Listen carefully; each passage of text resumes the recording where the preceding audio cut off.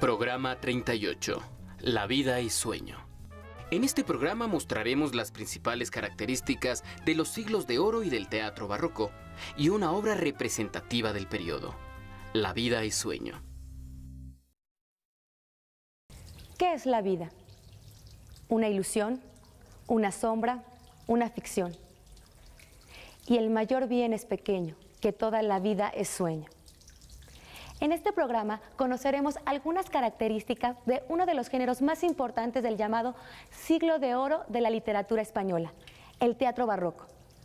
Don Pedro Calderón de la Barca es uno de los representantes más importantes de este género. Los invito a conocer algunos aspectos de una de sus obras más conocidas, La vida es sueño. Aunque primero, observemos la siguiente cápsula.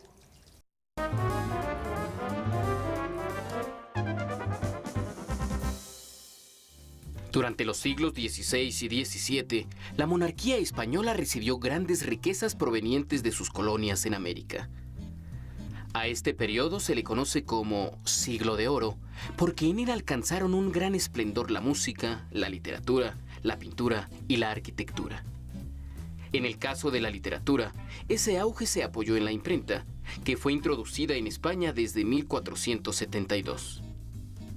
De los autores más destacados del teatro barroco están Lope de Vega, Miguel de Cervantes, Pedro Calderón de la Barca y Juan Ruiz de Alarcón. Una de las reglas que Aristóteles determinó para este género fue la unidad de tiempo, acción y lugar, es decir, contar un solo suceso que ocurre en un momento y espacio determinado.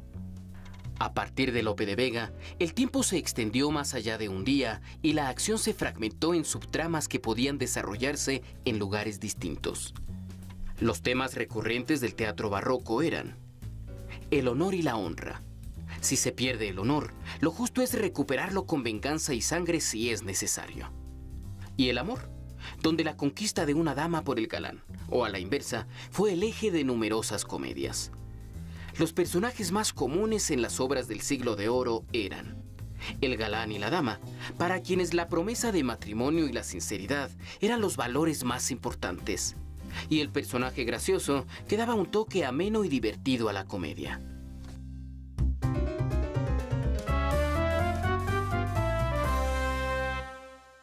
Para conocer más sobre los autores del siglo de oro y el contexto de esa época, hemos invitado al profesor de teatro Miguel Flores. Hola, buenos días. ¿Qué tal? Buenos días. ¿A quiénes se le consideran los principales autores de teatro del siglo de oro? Bueno, a los principales autores del teatro del siglo de oro que conocemos, los más importantes son cuatro, los más conocidos. Calderón de la Barca, Lope de Vega, Tirso de Molina y Juan Ruiz de Alarcón. Pero eso no quiere decir que sean los únicos. Hubo muchísimos escritores que desafortunadamente no tenemos las ediciones a la mano, pero hubo una cantidad enorme de autores de teatro, poetas que vivieron en el siglo de oro español, ese siglo de oro que entendemos que inició en 1492 y que terminó con la muerte de Calderón de la Barca en 1681. O sea que en principio deberíamos hablar de los siglos de oro y no del siglo de oro, ¿no? Porque fueron casi 3 siglos de una enorme producción literaria que nos llega hasta nuestros días y que sigue siendo muy importante porque nos habla de cosas que nos interesan, ¿no? Por eso hablamos del teatro clásico, ¿no? ¿Sí? ¿Cuáles son las obras más representativas del teatro barroco? Bueno, sin duda una de ellas, y también una de las más conocidas y de las más representadas en nuestro país, es La vida y sueño, de Calderón de la Barca, ¿no? Una obra que versa sobre asuntos del poder, sobre la identidad, sobre la búsqueda de la felicidad inclusive.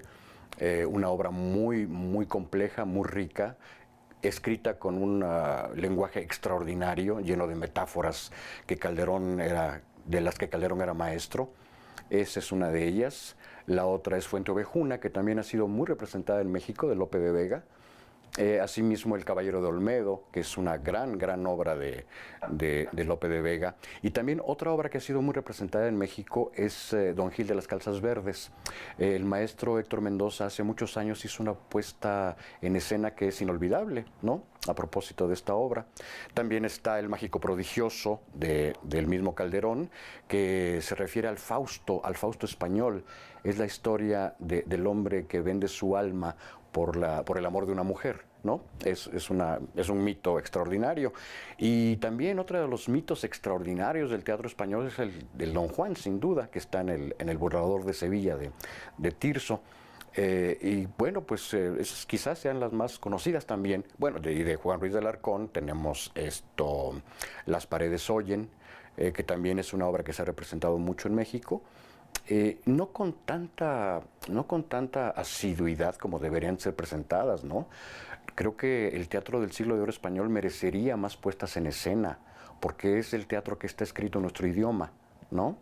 Y es nuestra raíz lingüística, ¿no? ¿Mm?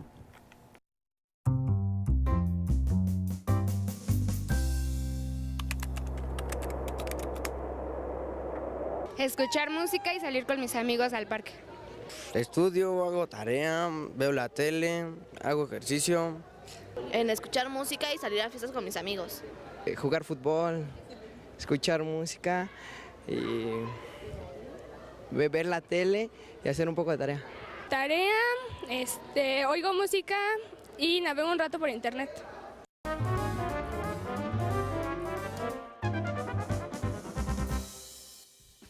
Tratemos de imaginar cómo eran las ciudades de los siglos XVI y XVII en España y cuáles eran las diversiones más populares. El teatro fue el principal espectáculo, pues parte de las riquezas que llegaban a España se utilizaban para las producciones teatrales. Las obras eran representadas en teatros conocidos con el nombre de corrales. Los comerciantes pudientes se colocaban delante del escenario, en bancos de madera. Los de clase media, conocidos con el nombre de mosqueteros, detrás de ellos, de pie. Las autoridades y las mujeres se acomodan en la cazuela, una especie de gran palco situado sobre la puerta de entrada, mientras que los nobles y los ricos alquilaban, para sus familias, los aposentos en las fachadas laterales. El Corral del Príncipe, en la Plaza de Santa Ana, era el teatro más conocido en esos tiempos. Cuando la obra gustaba, los espectadores aplaudían ruidosamente, algunas veces sobornados por los mismos autores de las obras. Si la obra no gustaba, los mosqueteros lanzaban gritos y silbidos, llegando incluso a arrojar huevos, frutas y verduras en mal estado.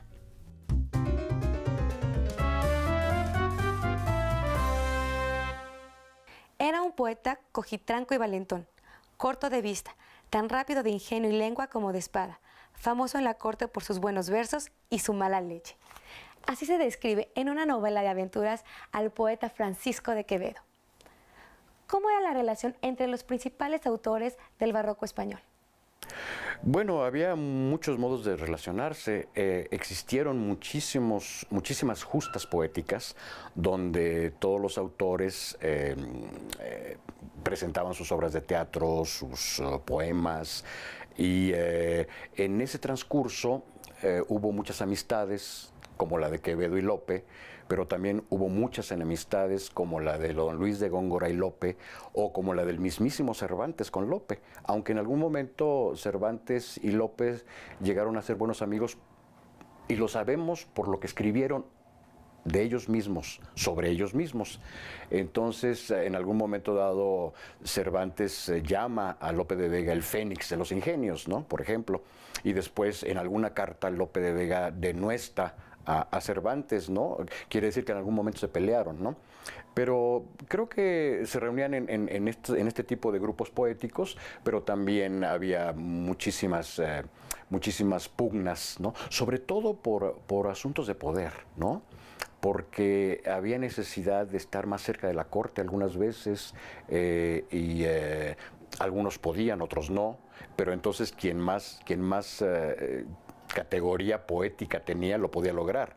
Don Luis de Góngora fue uno de ellos, igual Quevedo. Quevedo era una gente muy cercana a la corte, Lope no.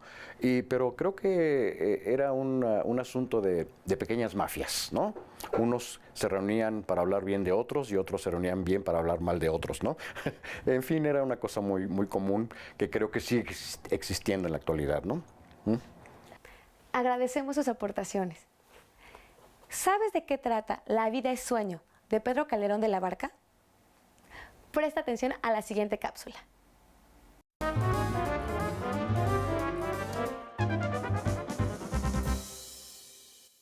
La vida es sueño trata de la desafortunada vida del joven Segismundo, un príncipe de Polonia que ha permanecido encerrado toda su vida en un castillo, debido a que su padre, Basilio, cree que lo destronará. Segismundo tiene conocimiento del mundo y de las ciencias de los hombres a través de la única persona con quien mantiene contacto, Clotaldo, quien hace las veces de tutor. Después de un tiempo, su padre, el rey, decide ponerlo a prueba para saber si será un buen mandatario o si, por el contrario, se cumplirá lo marcado en las estrellas y se convertirá en un tirano que humillará a su padre. Narcotizado, Segismundo es trasladado a palacio. Al despertar, rodeado de los lujos y atenciones del Palacio Real, se sorprende y llega a pensar que todo se trata de un sueño. Cuando Segismundo se entera de que es el príncipe heredero a la corona de Polonia, su comportamiento es ruin y violento, por lo que el rey Basilio lo envía de nuevo a su prisión. El pueblo, al saber que su príncipe se halla prisionero, se rebela contra el rey y libera a Segismundo, al que consideran heredero legítimo del trono. En libertad, Segismundo da muestras de una gran sabiduría que sorprende y conmueve al rey, quien le cede la corona cumpliendo las profecías de una manera inesperada. Segismundo se convierte en un rey respetuoso de la ley, sabio y generoso. ¿Alguna vez tuvieron un sueño que pensaron que era real? ¿Qué hacen para distinguir si están en la vida real o si lo que viven es parte de un sueño? Los invito a leer La vida es sueño, de Pedro Calderón de la Barca. La pasarán muy bien con la vida y los sueños del joven príncipe Segismundo. Hasta luego.